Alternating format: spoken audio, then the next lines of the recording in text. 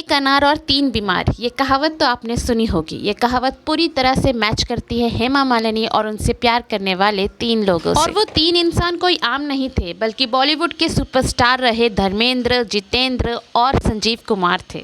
धर्मेंद्र तो हेमा मालिनी पे अपनी जान छिड़कते ही थे, पर संजीव कुमार भी कम नहीं थे। जब हेमा मालिनी से उनकी शादी नहीं हुई तो वो उनके लिए देवदास बन गए और शराब के नशे में डूब गए। और वहीं दूसरी ओर जितेंद्र तो जल्द से जल्द हेमा मालिनी से शादी करना चाहते थे, पर हेमा मालिनी के हाथों की लकीरों पे तो धर्मेंद्र का नाम लिखा हुआ था और इसीलिए धर्मेंद्र ने अपनी पूरी ताकत लगाकर जितेंद्र और हेमा मालिनी की शादी को तोड़ दिया। ये बॉलीवुड की सबसे मशहूर लव स्टोरी है। इस लव स्टोरी में काफी दिल भी टूटे और काफी शादियां भी टूटी। चलिए जानते हैं कितने पापड़ बेले थे धर्मेंद्र ने हेमा मालिनी को अपनी जिंदगी का हमसफर बनाने के शिवाय चैनल के इस वीडियो में। आज हम बात करेंगे बॉलीवुड की सबसे खूबसूरत और परफेक्ट जोड़ी हेमा मालिनी और की खूबसूरती को तो हम शब्दों में बयान कर ही नहीं सकते। उनकी खूबसूरती का अंदाजा आप इसी से लगा सकते हैं कि रोज उनके घर में डॉक्टर, इंजीनियर्स की लाइन लगी ताकि वो हेमा मालिनी से शादी कर सकें। पर जब शादी की बात होती थी और हेमा मालिनी इन सब के सामने आती थी तो इन सब डॉक्टर्स और इंजीनियर्स के हाथ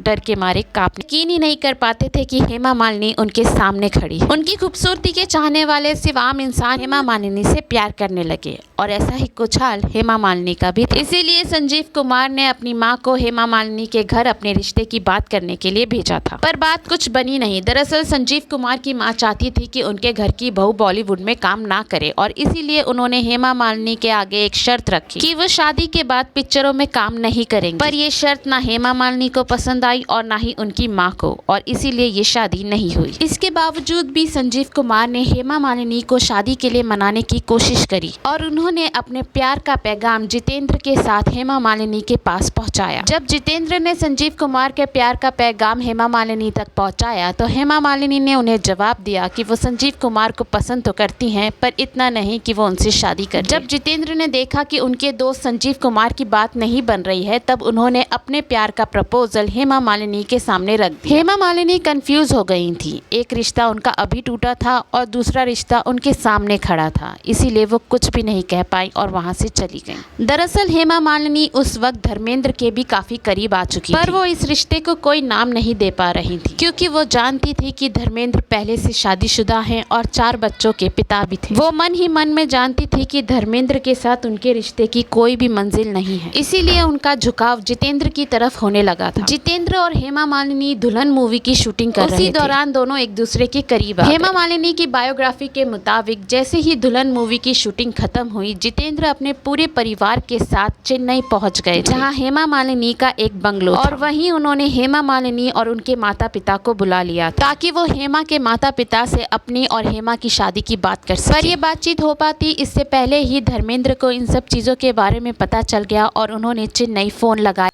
धर्मेंद्र काफ़ी गुस्से में थे और उन्होंने हेमा मालिनी से कहा कि वो कोई भी फैसला लेने से पहले अच्छी तरह से सोच ले और कम से कम एक बार उनसे मिल ले। हेमा मालिनी ने धर्मेंद्र की बात सुनकर फोन रख दिया, पर वो फिर से सोच में पड़ गईं कि वो क्या करें। घर का माहौल पूरी तरह से बदल चुका था। धर्मेंद्र बार बार फोन कर लगा कि आज अगर हेमा मालिनी शादी का फैसला नहीं करेंगी तो कभी ये शादी नहीं हो पाएगी। इसीलिए जितेंद्र ने हेमा मालिनी से कहा कि वो फौरन उनके साथ तिरुपति चले और वहाँ उनसे शादी कर ले। हेमा मालिनी फोन पर धर्मेंद्र नहीं बल्कि जितेंद्र की गर्लफ्रेंड शोभा कपूर थी। उन्होंने जितेंद्र से मिन्नतें करी और अपने प्यार का वास्ता दिया कि वो किसी और से शादी ना करे। हेमा के घर का खुशी भरा माहौल अब टेंशन में बदल गया था। धर्मेंद्र और शोभा के फोन पे फोन आ रहे थे। दोनों के फोन कॉल आने के बाद हेमा बहुत परेशान हो गई थी और कोई फैसला नहीं कर पा रही थी। खबरें तो ये भी छपी कि धर्मेंद्र अगली फ्लाइट से चेन्नई आ गए और उन्होंने हेमा मालिनी को जितेंद्र से शादी ना करने के लिए मना लिया। जब एक इंटरव्यू में हेमा मालिनी से इस बारे में पूछा गया तो उन्होंने कहा कि धर्मेंद्र तो वहां अपनी पिक्चर माँ के ड्रेस ट्रायल के लिए आए थे, उन्हें इन सब में बेकार में ही घसीटा गया।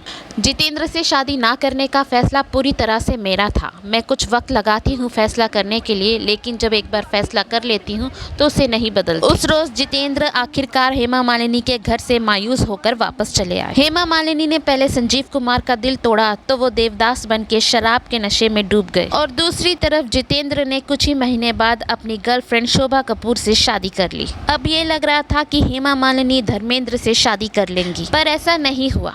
दरअसल हेमा मालिनी के पिताजी नहीं चाहते थे कि हेमा धर्मेंद्र से शादी करे।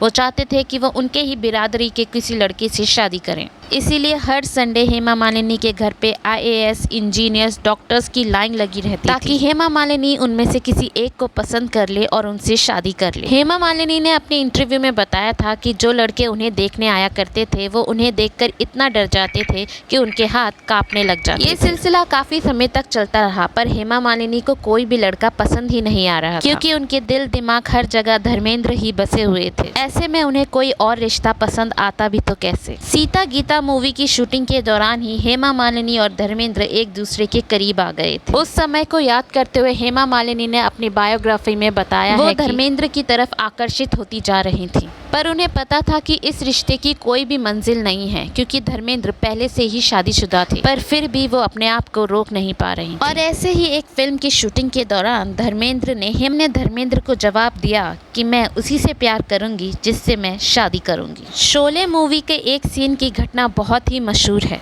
जहां धर्मेंद्र ने लाइटमैन को पैसे दिए थे ताकि वो लाइटिंग करने में बार बार गलती करे ताकि वो हेमा मालिनी के और करीब आ सके और उन्हें बाहों में भर सके। शोले मूवी की शूटिंग के दौरान हेमा मालिनी और धर्मेंद्र एक दूसरे के और भी करीब आ गए। हेमा मालिनी ने एक इंटरव्यू में बताया था कि अगर धर्मेंद्र कुंवारे होते तो वो बेशक उनसे शादी कर लेती। उन्होंने कहा था कि उन दोनों में इतनी समानता है कि शादी ना करने की कोई और वजह भी नहीं। पर 1978 में हेमा मालिनी के पिताजी की अचानक मौत हो गई। अपने पिताजी से बहुत प्यार करती थी और उनके जाने के बाद वो बहुत अकेली हो गई थी और उस वक्त धर्मेंद्र ने उनका साथ दिया था। अब हेमा और उनके परिवार के जहन में एक सवाल था कि क्या इस रिश्ते को एक नाम देने का समय आ गया है? कानून के मुताबिक धर्मेंद्र पहले पत्नी के होते हुए दूसरी शादी नहीं कर सकते, इसीलिए धर्मेंद्र ने इस्लाम धर्म कबूल करते हुए हेमा मालिनी से निकाह कर लिया। उस समय दोनों ने अपनी निकाह की बात छुपाई, पर जब ये बात सामने आई तो हंगामा हो गया। निकाह के 6 महीने बाद धर्मेंद्र और हेमा ने हिंदू रीति रिवाज से भी शादी कर ली थी। हेमा मालिनी तो धर्मेंद्र की दूसरी पत्नी बन चुकी थी, पर उनकी पहली पत्नी प्रकाश कौर पहली बार मीडिया के सामने आई और अपने दिए हुए इंटरव्यू में उन्होंने कहा, एक औरत की तौर पे मैं उसकी भावना समझ सकती हूँ, पर एक पत्नी और एक माँ की तौर पे नहीं। लेकिन अगर मैं हेमा की जगह होती तो वो बिल्कुल भी नहीं करती जो उसने किया। उन्होंने आगे धर्मेंद्र के लिए कहा कि वो भले ही अच्छे पति नहीं हो पर बहुत अच्छे पिता वो रोज घर आते हैं और बच्चों के साथ खेलते हैं। मैं ये नहीं कहती कि वो मेरे लिए घर आते हैं, पर क्या ये कम है कि वो घर तो आते हैं। जब प्रकाश कौर से पूछा गया कि उन्होंने हेमा मालिनी को ही क्यों चुना तो वो गुस्सा हो गई और उन्होंने भड़क कर जवाब दिया, धर्मेंद्र ही क्यों, कोई भी इंसान होता तो वो मेरी जगह हेमा मालिनी को ही चुनता। जब आदि फिल्म इंडस्ट्री ही एक्स्ट्रा मैरिटल अफेयर कर रही है तो आप सिर्फ मुझसे ही ये सवाल क्यों पूछ रहे हैं, जाके उनसे क्यों नहीं पूछते। इस इंटरव्यू के जवाब में हेमा मालिनी और धर्मेंद्र ने कोई भी रिएक्शन नहीं दिया। उन दोनों के लिए तो इतना ही काफी था कि वो एक दूसरे के हमसफर बन चुके। पर धर्मेंद्र के ये दो परिवारों में हमेशा दूरियां बनी ही रही। हेमा मालिनी कभी भी धर्मेंद्र के बच्चे सनी देओल और बॉबी देओल के फैमिली फंक्शन में कभी भी मौजूद नहीं रही। इसके बावजूद भी धर्मेंद्र ने एक बार कहा था कि जो हेमा मालिनी ने उनके लिए किया है ऐसा कोई भी औरत किसी के लिए नहीं कर सकती,